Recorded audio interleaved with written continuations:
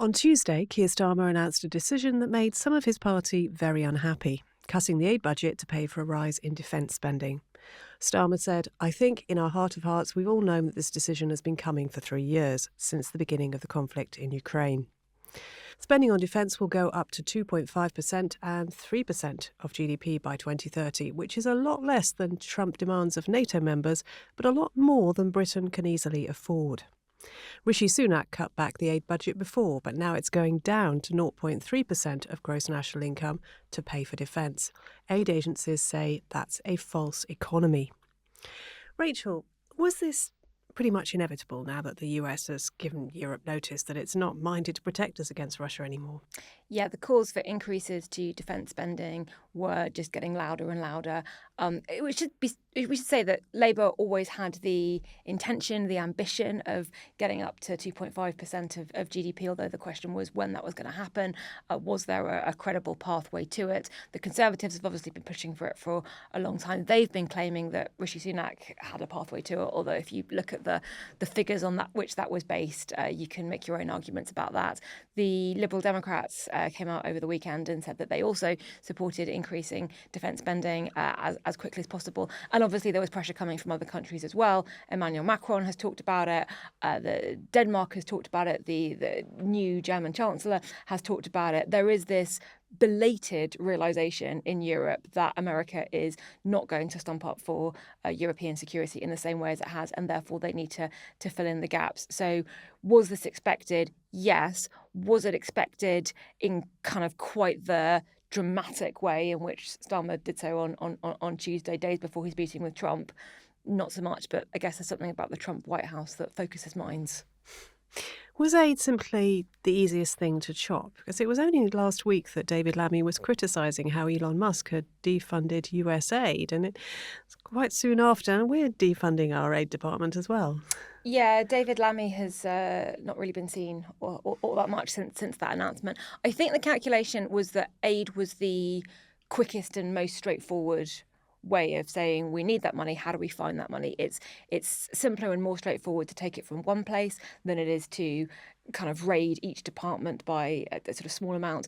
And while there have been calls for hypothecated defence taxes, or is this the moment where we can increase taxes? Like, all of that is going to take time, whereas saying we have that money, it was earmarked for X, it's now going to go to Y.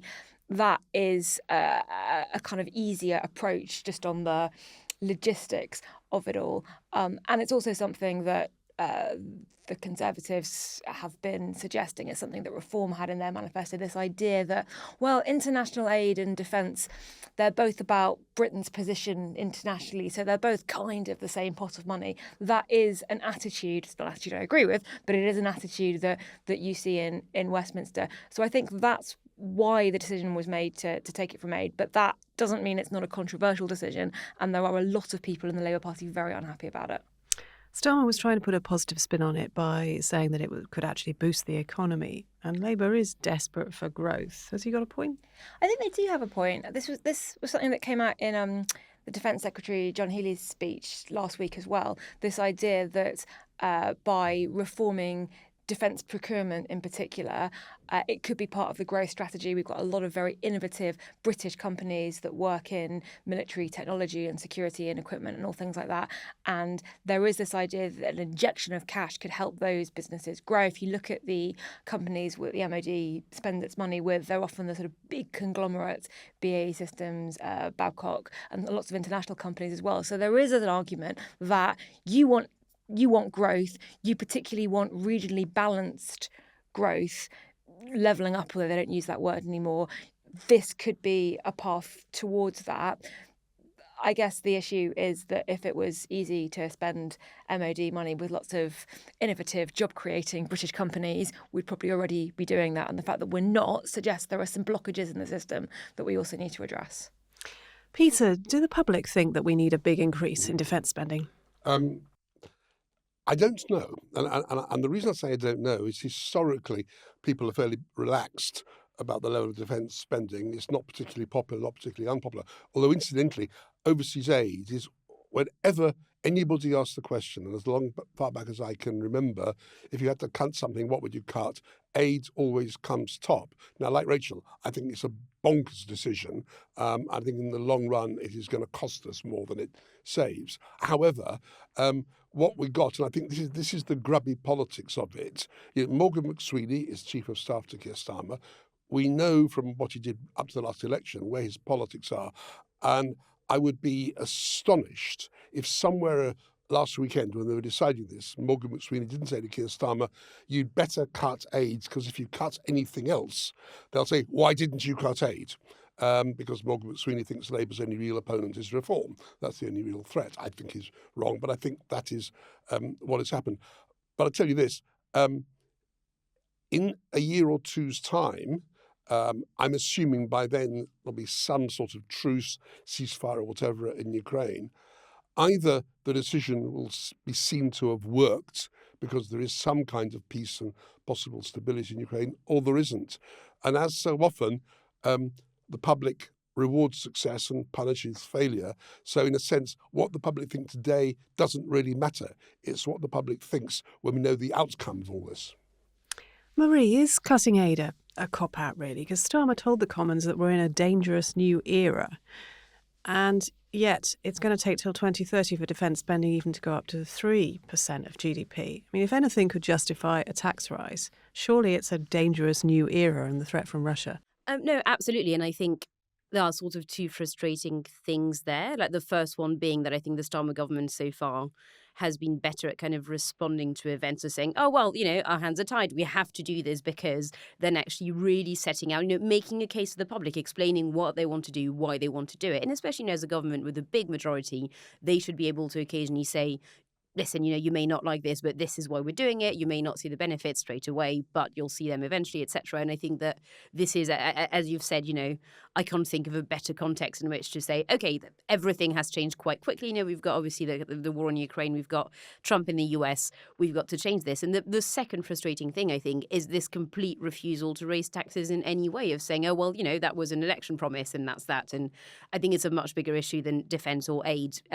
We've got so many bits of Britain, parts of the world that need some investment, and the fact that the Treasury keeps refusing to spend even a penny will probably come back to bite the government in the arse, I suspect. But yeah, and again, will they break on this before the end of their term? Probably. So why not break now? Defence spending has been going down pretty steadily since the 60s, when it was about more than 7%, I think. Do the British feel the kind of existential threat that enabled us to fund the Cold War yet? Or is all this kind of happening, is panic happening in the heads of people in Westminster and Whitehall? Ooh, I am going to slightly question the premise, I think, in that I don't think the Brits really see the existential threat for what it is yet. But I think that's because until quite recently, even British political elites didn't really see that existential threat. So I was talking to a friend who works in the kind of defence area but not long ago, like a couple of months ago, who'd spent 6 months in the Baltic countries and Eastern Europe, so kind of Poland, Lithuania, etc. He came back, spent 6 months then, came back, and he said it was actually incredibly striking to go spend 6 months with all these people who were absolutely convinced, Russia was going to come take a bite out of them. So the theory seems to be, I think, 2027, if I remember correctly, because they think Xi Jinping will kind of make a move on Taiwan at that point. And if Trump does, the world doesn't do anything, then Putin will think, well, great, I'm going to welcome myself to the party and take what I want. And he said, kind of spending 6 months talking to these people who were convinced that stuff was going to happen, and then coming back to Western Europe, where everyone just seemed quite complacent and quite like, oh, things will probably be fine, was actually quite shocking. So again, I think, no, the Brits are probably not as worried as they should be, but that's because no one really has been telling them to be that worried until maybe 3 weeks ago. Ros, you mentioned 7% of our GDP being spent on defence back in the 60s. Actually, go back to the end of the Korean War, I think it was 9%. And the point is, for 50 years, 60 years, the percentage has been gradually dropping. In other words, for any given amount of money the government had in total, year by year, a bit less was needed for defence. There was a bit more for education, for health, for welfare, and so on.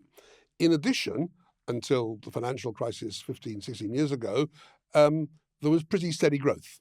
So the government had two sources of income to help deal with the rising social costs of this kind of society we wanted to live in. We neither is available now. Over the last 15 years, it's been a struggle for the Tories, now for Labour, to make ends meet. And now it's got worse on defence, worse in the sense that now defence spending is going up as a share of GDP. I don't think the public are at all happy. They haven't been for some years. And it's partly because both Labour and the Conservatives have pretended that they can tackle everything, they can afford everything, there'll be tough choices, it'll all be okay in the end. Neither party said, well, I've been arguing for, 15 years, is we are entering an era when taxes have to rise or the social services, the health, the education, the welfare we rely on are going to have to be cut back. And none of the politicians have been confronting that choice. And yet, during the austerity era, there were big cuts to public spending. And of course, Osborne did cut taxes to a certain extent. But that conversation has started to be had. We've started to realise that, haven't we? I think to a degree. But, I mean, let me say this because it would affect me.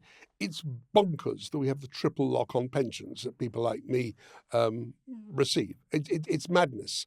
It costs a lot of money. It has no economic benefit other than the extent to which people like me spend money into restaurants on holidays or whatever. But that money could be far better spent to far greater social purpose on education, on health, on fighting child poverty. And the big choices. And of course, we also had COVID. That's the other thing, which of course messed up the public finances long term. So even now, I think we're living in a fool's paradise. And to say we can just switch 0.2% of GDP from overseas development to defence, unsaid but implied, everything will then be okay financially. It's nonsense. It won't be. Rachel, you wrote recently that defence needs to be totally rethought because Britain just isn't prepared to fight wars. What kind of war has the MOD been preparing for? I should say that that's not my personal opinion, but this is from talking to experts in the defence industry. And if you talk to experts in the defence industry, you get terrified very quickly. So I asked, how ready are we for war, for a hostile state against us? And the answer I got back was we're really not, because we haven't thought about that. The military conflicts that Britain has been engaged in sort of recent memory, you're fighting insurgents far away. You're not fighting a sort of peer army, an army adversary where you're sort of doing the same type of warfare, and we haven't even got started on any sort of threats to us actually here on home soil. The thing that they always worry you with, and I don't know how credible of a threat this is, but certainly it terrified me, is our undersea cables that provide all our internet. And could Russian forces attack that, and then the lights go off and so does the internet, which actually maybe wouldn't be a bad thing, but. Our military resources have been kind of depleted to such an extent that when we're talking about where this extra funding is going or should go, a lot of it is going to be needed just to kind of get us back to the level where we could use the equipment that we already have on paper, but that isn't really in a workable state or doesn't have the sort of auxiliary equipment that needed to operate it. We're using rifles designed in the 80s. We're not using the size of the rounds that we're using is different to what they've got in Russia, what the Americans are using. We don't have the sort of long range artillery cannons. We gave them all to Ukraine, so that's another reason why sort of it's depleted. And just being able to show that we can use the equipment that we have is going to cost billions, and that's before we get into any of the really shiny high-tech AI drone super weaponry that people like to get very excited about. If we do manage to restock, what should we be spending money on then? I mean, do we need to plan with other European countries to make the most of what we're better at? Clearly we've always been big in the Naval Department. Do we need to just go big on the Navy and stop trying to pretend that we can fight a land more with soldiers? Well, we can't do everything. I think that's clear. And the European cooperation point is really interesting. Ed Davey made the point at PMQs today. He's got this idea of a European rearmament bank and the idea of pooling resources and bringing in private capital. So this all goes back to Ed Davies' big, any problem can be solved by closer European cooperation. I think the top focus, I think, should probably be Trident and ensuring that Trident is a credible nuclear deterrent. We're one of only 2 nuclear powers in Europe, and France doesn't use it for NATO for NATO purposes, for reasons that Marie will be able to explain to me why. Do not look at me like that. I have no idea. But why would I know this? We're a nuclear power, and that enables us to kind of sit at the grown-ups table in defence conversations. Rachel, can I just ask you? Fascinating about what you're saying. But I saw recently, I just don't want to know if it's true, that Britain cannot launch Trident without American approval because America controls the communications. France does have the power independently to deploy its nuclear weapons. Is that true? And if it is true, is one of Britain's tasks to cuddle up to France so it doesn't rely on America? I don't know if that's true because I'm not an expert in the nuclear space. I do know that our Trident capability is touch and go, which is not really what you want from a missile system.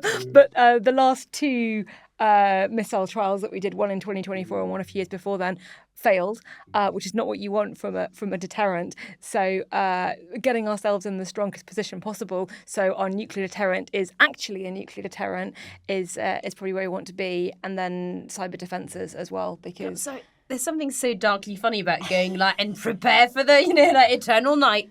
Hang on a minute. Just give us 1 sec. No, we're gonna get there. Just hang on. Is Strangelove still on? Steve Coogan's wonderful performance as Dr. Strangelove has been on the West End. Is it still? If it's still on, I would urge everybody to go and see it. I mean, it was funny even before Donald Trump arrived back in Washington. But with what we're talking about now. Just like Robert Harris's film story Conclave, the Pope is giving audiences for that a big help, I thought. You've got to save it for escape routes. You've got to save it for the escape routes section of the show. Trident, I think, definitely has components which are essentially controlled by the Americans. I think that's certainly true, which brings me to my next point, really, about the problem with the Americans at the moment. And I'm thinking, I suppose, particularly today of Trump's new Gaza video, which perhaps we have all seen. If so, I'm sorry. So unthinkably crass, it almost seems wrong to give it airtime. I mean, it's an AI-generated vision of Trump Gaza. And it has Musk scoffing hummus and Teslas driving down palm-lined avenues and bearded belly dancers on the beach. Peter, is this kind of thing going to make it even harder to have a sane diplomatic relationship with the US? Oh, my goodness. I mean, it's terribly hard. What you're asking is a sort of subset of the sort of question we've been sort of all pondering, sometimes discussing over the last week or 2, is should Keir Starmer be tougher on America? Should Keir Starmer actually say you were wrong at the United Nations? You're wrong to say Zelensky started the war. And I actually have a lot of sympathy for Keir Starmer because the rest of us can say it, but we're not going to be in the White House the next few days with Trump. And when you've actually got business to transact, whatever you think of the person you're transacting business with, if you are transacting business at all, your judgment has got to be what's the best outcome for my country. And I don't think the best outcome is to condemn Trump for what he says about Ukraine or for these ridiculous. I mean, I've seen the AI Gaza. I mean, it's preposterous. I mean, somebody said this is Trump people putting it out. I assumed it was a satire on the whole idea. So I think it was just thought up by random people on the internet, and then it was sent to Trump, and he then endorsed it and retweeted it. Well, I don't see Trump himself being creative enough to come up with that. Satire is dead. It's terrible. But I will say briefly on your point, though, I did really enjoy, and then on a rare patriotic point, actually, because the French do mostly annoy me, but I really enjoyed Macron actively fact-checking Trump in real time. Like, I thought that was really good, and I think I'd like to see that more from other leaders. And I love that everyone's been like, oh, but how do you counter Trump? How do you deal with Trump? Can anyone stop Trump? And it's like, turns out, yes, if you're a very obnoxious Frenchman, that is something you can do. What about if you give a speech that goes, we may be a small country, but we are a great country, a country of Shakespeare, Churchill, David Beckham's right foot, David Beckham's left foot. Come Love on. Actually. Don't tell me that you haven't seen Love Actually. Well, no, I have, but like 10 years ago. On this point, Marie, the broadcaster Lewis Goodall has just argued this is actually an opportunity for Starmer to carve out a powerful persona on the world stage. And, he almost says this could be the making of the man. Is he right?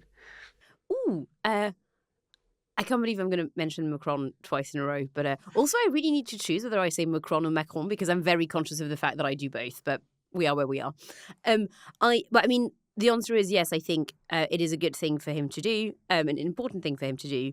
But what I would add is that Macron actually has done that quite a lot on the kind of European stage, on the global stage, and that has not helped him domestically one single bit. So I think, it is the right thing to do. And even, I think, prime ministers tend to think about their legacy, tend to think about, what mark they will kind of leave on the world. So even from a personal point of view, I think it'd be a good thing for him to do. But I'm not convinced, that wouldn't necessarily change anything domestically. Because again, the guy next door can confirm that that's not something that always will reap the right kind of rewards. And we've got a but your emails question on this theme. Is the current situation with military spending and aid cuts likely to result in more inward-looking, Western-focused politics? It's a generalisation, but military spending is focused close to home within the Western, richer countries, and meanwhile much of the need for aid is further away. I wondered if this will be a pattern of drawing our focus closer and closer to home. Is Edit right to fear this? Is this isolationism? Are we right? Is it right to fear that? Or have we been meddling too much abroad, as some people would argue, for too long? I wonder also if it's not a feature of Trump years, because I think we had that to an extent in like 2017, 2020, of like when Trump is there as a foreign country, like all you talk about is either domestic matters or, oh God, the ogre across the pond. But the actual question, I'm not sure. No, I mean, I would instinctively say that actually we should be thinking about the rest of the world and spending money in the rest of the world. Because again, even if we talk about, domestic issues, one of them will be immigration or the refugee crisis. And, gee whiz, I wonder where those refugees and migrants are coming from. And actually, is there maybe a way to, deal with the world so few of them come here if that's the goal people want? So I do think, that ultimately global matters will influence domestic politics. So just because you decide to turn inwards doesn't mean the world stop, I think. But the immigration point is really interesting because the Conservatives tried to repurpose some of the money set aside for international aid on the Rwanda scheme and on migrant hotels. And they were like, well, it's to do with foreign people coming over here, therefore that counts as international aid. So I think that sort of, we're becoming more isolationist, we're turning inwards and we're repurposing a lot of our resources towards that end. That's been going on for some time. Can I suggest that historians in 50 years' time, I'll be dead, so if I'm wrong, nobody can shout at me. When they look back on what's been happening, they won't be talking about the cost of asylum hotels. They'll be saying this was the year when China took over. With the disappearance of American aid, the cutting back of British aid, China has, with its Belt and Road Initiative, has been already, moving resources and as a result, influence and power around the global south. This will be happening, I would now think, on a very much larger scale. And that is the huge collateral damage to what is now happening, in my view.